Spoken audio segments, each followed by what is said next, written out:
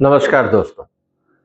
आज हम बात करेंगे पब्लिक इंटरेस्ट लिटिगेशन को लेकर। जैसा आप जानते हैं कि समाज में हर तरह के लोग हैं, कुछ सक्षम हैं और कुछ लोग ऐसे हैं जो प्रताड़ित हो रहे हैं, परेशान हो रहे हैं, लेकिन अपनी आवाज नहीं उठा पा रहे। लेकिन उसी के साथ समाज में कुछ ऐसे भी लोग हैं जो उनकी आवाज उठा सकते हैं। इसका मतलब यह है कि उनका अपना स्वार्थ नहीं है, लेकिन पब्लिक इंटरेस्ट के तहत वो अपनी बात उठा सकते हैं और उन लोगों की आवाज उठा सकते हैं, उन लोगों की आवाज बन सकते हैं जो प्रताड़ित हैं, जो परेशान हैं। इसीलिए आज जो हम चर्चा करने वाले हैं वो है guidelines for public interest litigation by the Supreme court of India.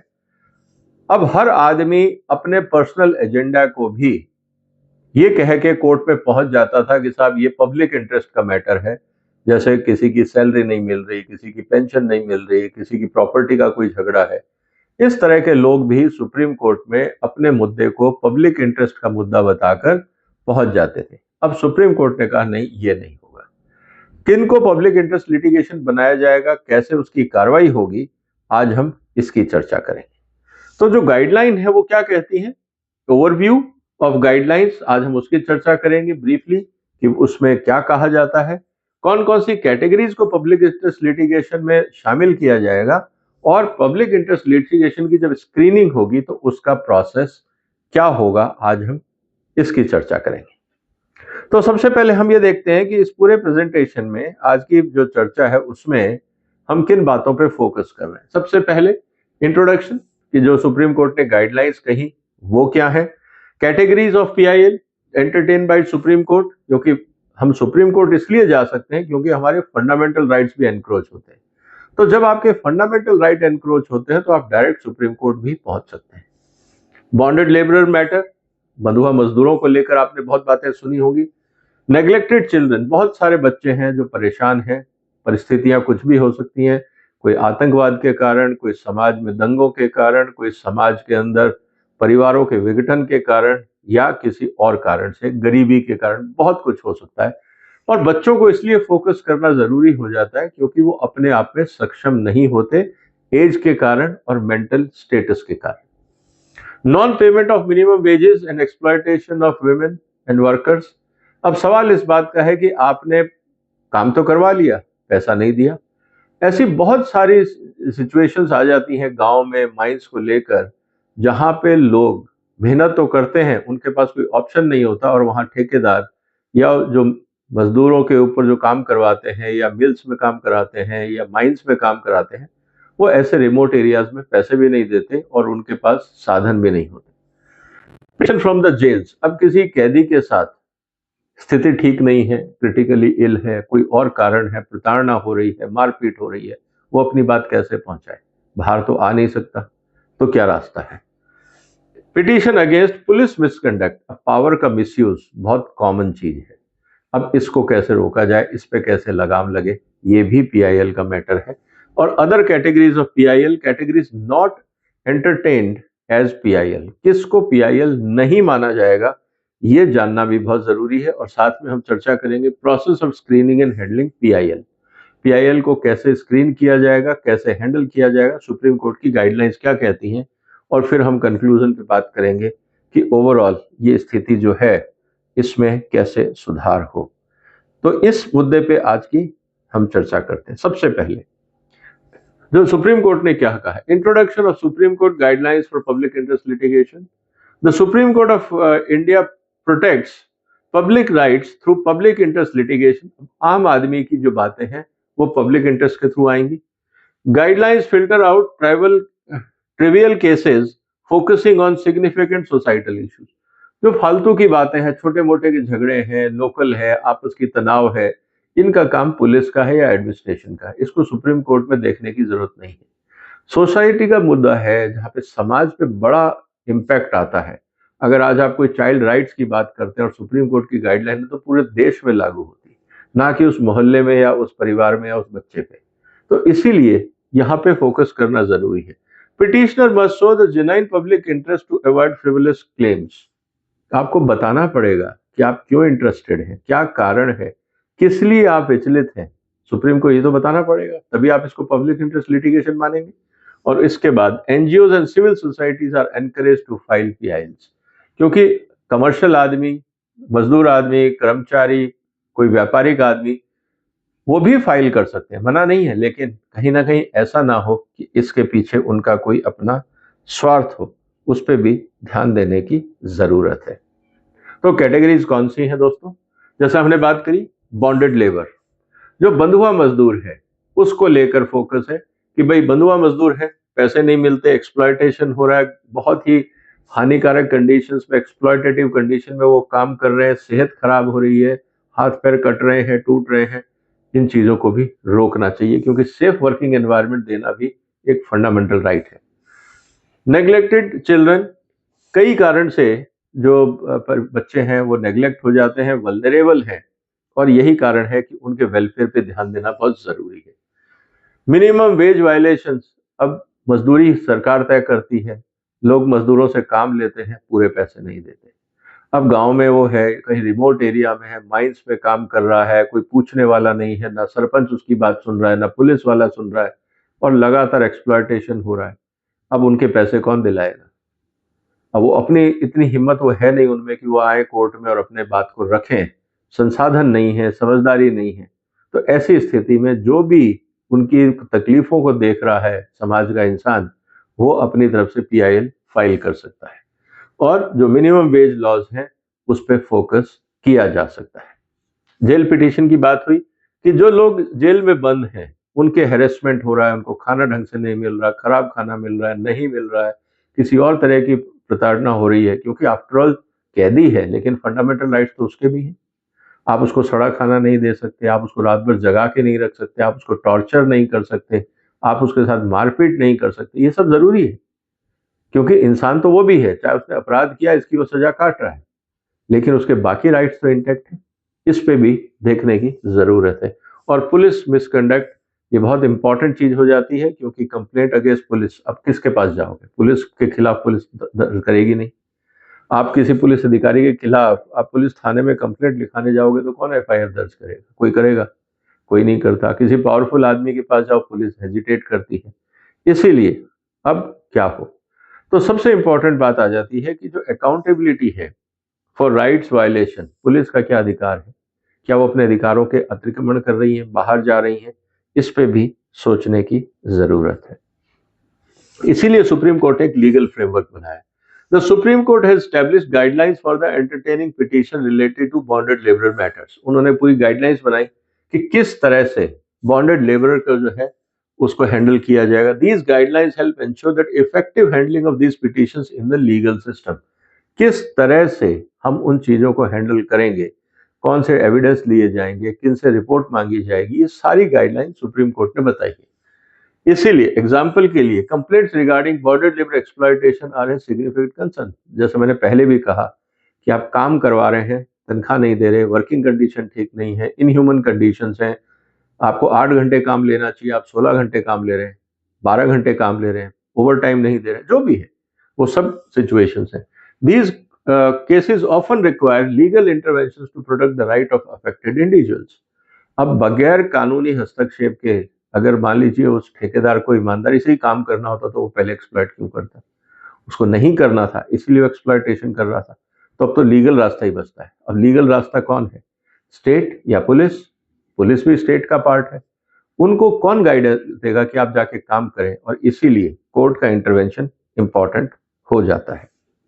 Neglected children की हमने बात करी, वहां पे भी जो बच्चों के लिए है अर्जेंट एक्शन चाहिए। अब बच्चों का है, अब आप कहोगे कि हम 3 महीने बाद बात करेंगे, ऐसा नहीं हो सकता। इमीडिएटली कभी कभी एनजीओ और पुलिस की मदद से ऐसी जगह को रेड किया जाता है, बच्चों को रेस्क्यू किया जाता है, ताकि जो बच्चों के साथ अमानवीय व्यवहार हो रहा है, जो उनके साथ प्रॉब्लम्स हैं, उनको तुरंत एड्रेस किया जाए। इसीलिए ये गाइडलाइंस जानना बहुत जरूरी है। और आपको पता है कि चाइल्ड राइट्स को लेकर अलग से भी कानून है। तो चाइल्ड राइट्स के माध्यम से आप डायरेक्ट इंटरवीन कर सकते हैं, या चाइल्ड राइट्स के माध्यम से आप पीआईएल फाइल करके उस गाइडलाइंस के अंदर की देखिए ये एक्सप्लॉयटेशन हो रहा है, ये उनके राइट्स के ऊपर अतिक्रमण हो रहा है, इसलिए हम पीआईएल फाइल कर रहे हैं, सुप्रीम कोर्ट उसकी सुनवाई करेगा। Petitioner concerning neglected children are often addressed issues of abuse, abandonment necessitates intervention by authorities to ensure their welfare।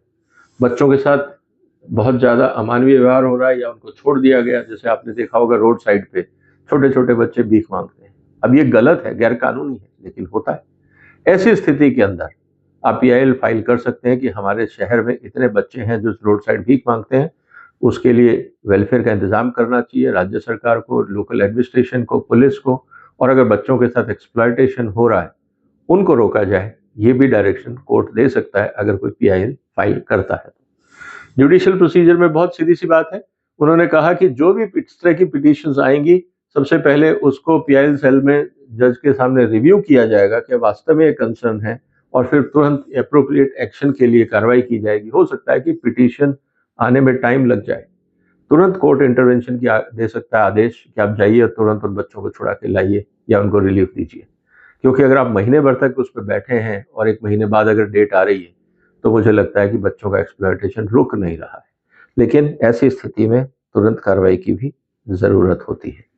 Non payment of wages की हम बात कर चुके कि लोगों के साथ काम हो रहा है, ऐसे लोगों के लिए आपको तुरंत इंटरवीन करना पड़ेगा क्योंकि उनकी सेहत लगातार खराब हो रही है, उनका रोज एक्सप्लॉयटेशन हो रहा है, तो उसको टाइम लैग के हिसाब से रोका नहीं जा सकता, इसलिए उनको तुरंत इंटरवीन करने की जरूरत है।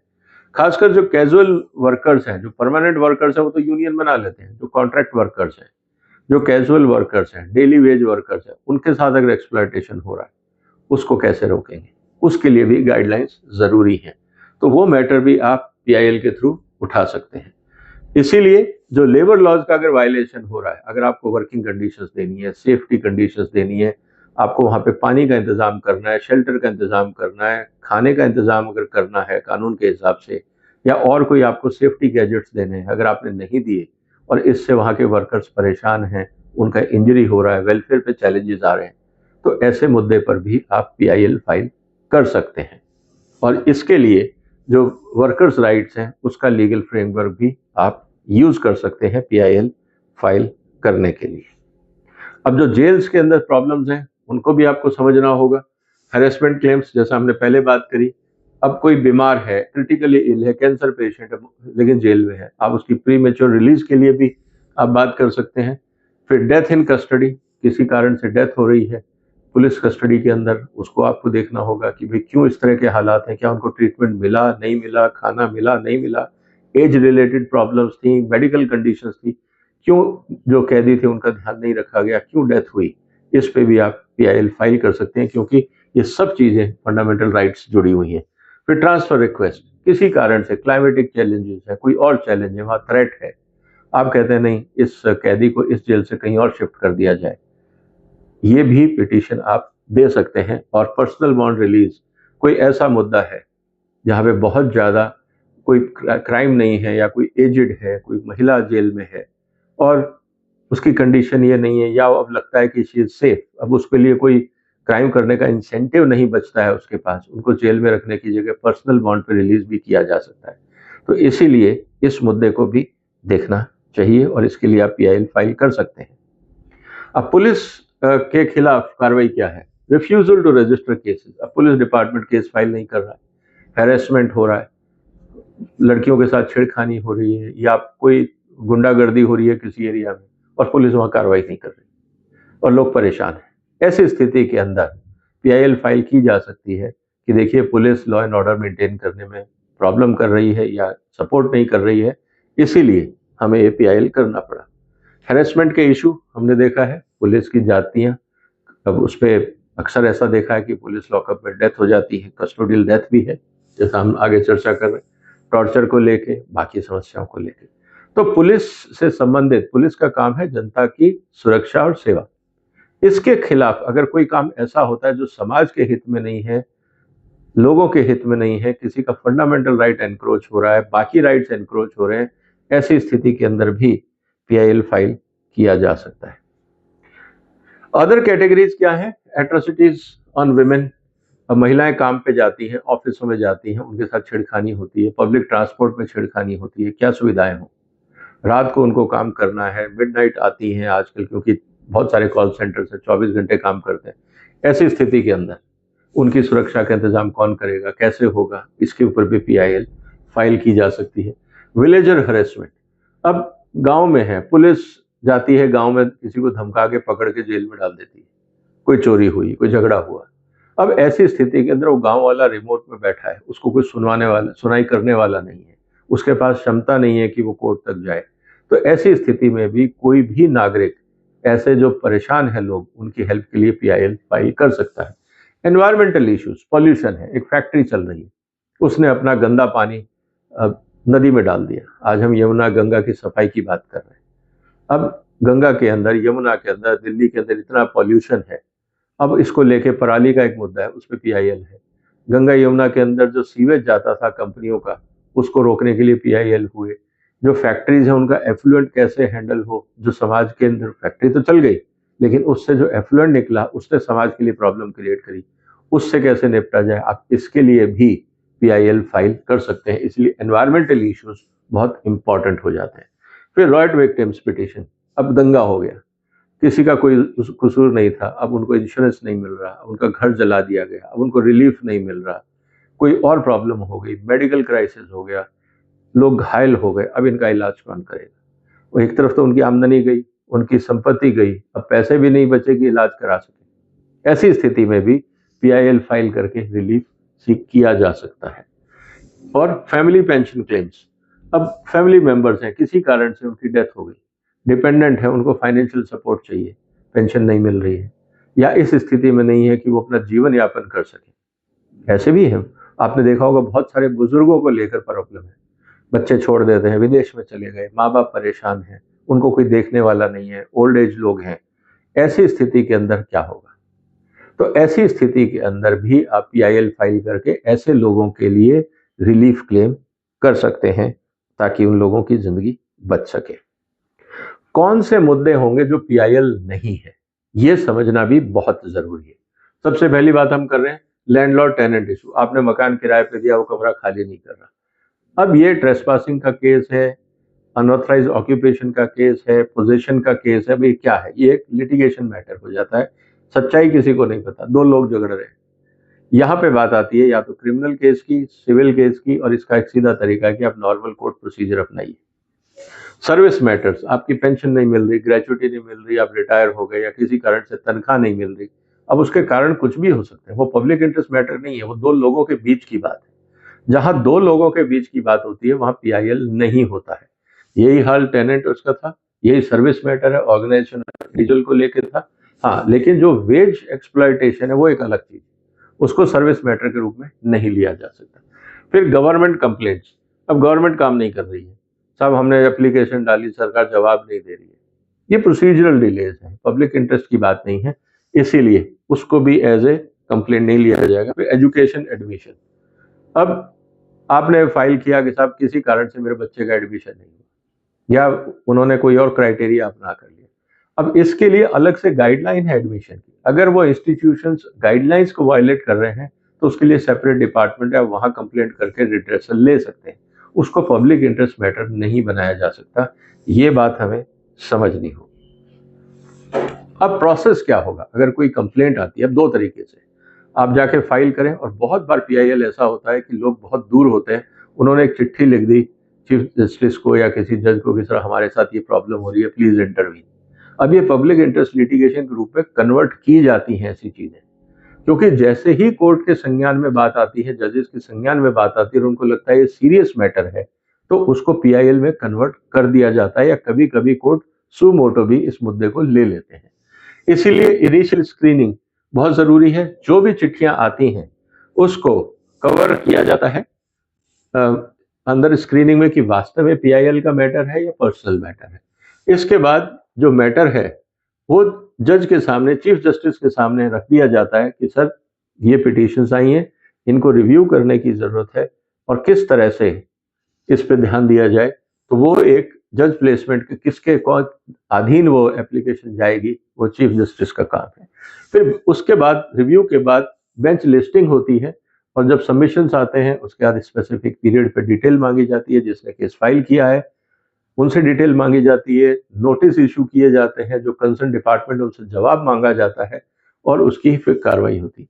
उसके साथ साथ ही कि जो पिटीशन लॉन्च कर दी जाती है कि जो भी मैटर है सामने, वो कोई ना कोई उसको एक एप्लीकेशन के रूप में फाइल करके और after the approval of registrar process तो पूरा करना पड़ेगा।